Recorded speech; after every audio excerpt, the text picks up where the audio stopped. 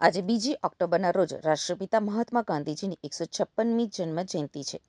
ત્યારે સુરત શહેરમાં સુરત મહાનગરપાલિકા દ્વારા ચોક બજાર ગાંધીબાગ ખાતે સૂત્રાંજલિ સહ વંદના કાર્યક્રમ, સર્વધર્મ પ્રાર્થના અને ભજન કાર્યક્રમનું આયોજન કરાયું હતું.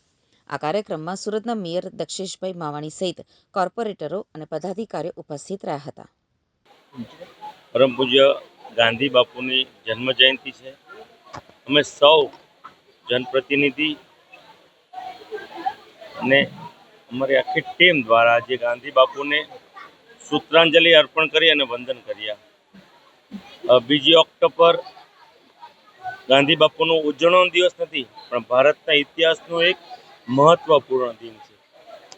ગાંધી બાપુના સિદ્ધાંતો આજે પણ આજની પેઢી, યુવા પેઢીને પ્રેરણા આપે છે.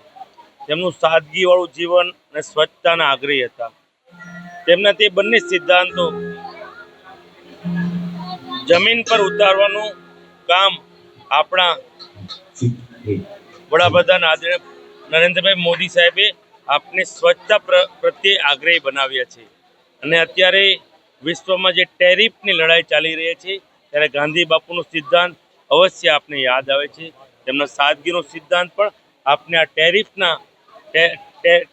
ટેરિફના અત્યારે જે વિશ્વ પર લાગી રહ્યો છે, તેમાં ગાંધી બાપુને એ બંને સિદ્ધાંતો આપને યાદ આવે છે.